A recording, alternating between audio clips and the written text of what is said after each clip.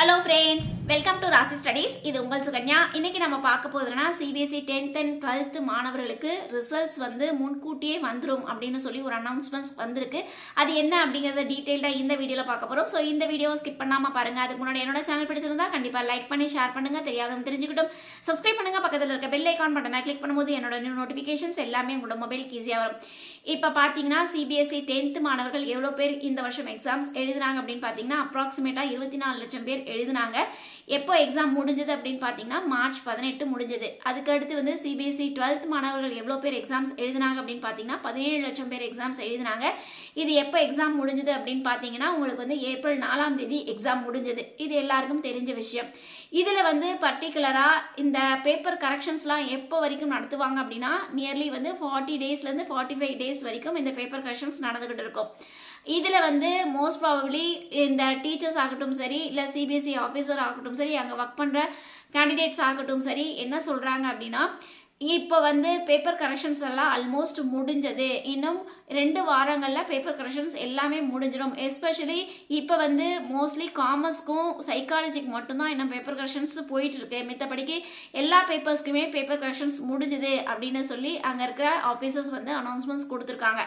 அப்படின்னு பார்க்கும்போது அவங்க இன்னும் என்ன சொல்கிறாங்க அப்படின்னா மோஸ்ட் ப்ராபபிளி ஒவ்வொரு வருஷமுமே உங்களுக்கு மே 2ஆம் வாரம்ல தான் உங்களுக்கு சிபிஎஸ்சி 12th ரிசல்ட்ஸ் அனௌன்ஸ்மெண்ட்ஸ் பண்ணுவாங்க. அப்புறம் 10th ரிசல்ட்ஸ் அனௌன்ஸ் பண்ணுவாங்க.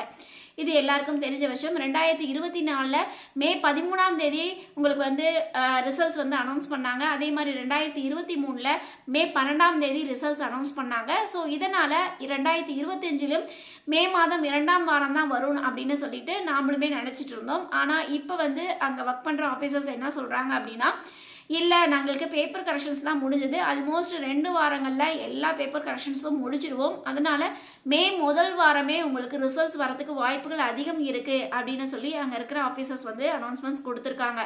ஸோ இதிலேருந்து நாம் சொல்ல வேண்டியது என்ன அப்படின்னு பார்த்தீங்கன்னா எஸ்பெஷலி உங்களுக்கு மே முதல் வாரம் வரத்துக்கு அதிகபட்ச வாய்ப்புகள் இருக்குது ரிசல்ட்ஸ் அப்படிங்கிறத நாம் இதிலேருந்து சொல்ல வரோம்.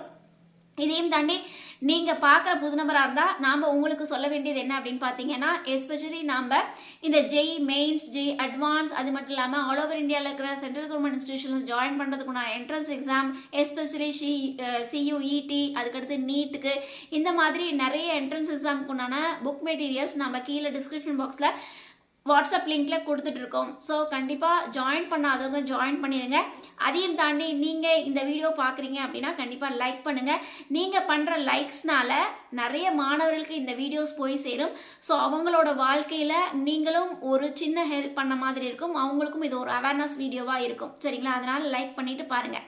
ஓகே ஃப்ரெண்ட்ஸ், இந்த வீடியோ உங்களுக்கு பிடிச்சிருக்கும்னு நினைக்கிறேன். பிடிச்சிருந்தா லைக் பண்ணுங்க, ஷேர் பண்ணுங்க. தெரியாதவங்க தெரிஞ்சுக்கிட்டும் சப்ஸ்கிரைப் பண்ணுங்க. பக்கத்தில் இருக்க பெல் ஐக்கான் பட்டனை கிளிக் பண்ணும்போது என்னோட நியூ நோட்டிஃபிகேஷன்ஸ் எல்லாமே உங்களோட மொபைலுக்கு ஈஸியாக வரும். தேங்க்யூ ஃபார் வாட்சிங். பை.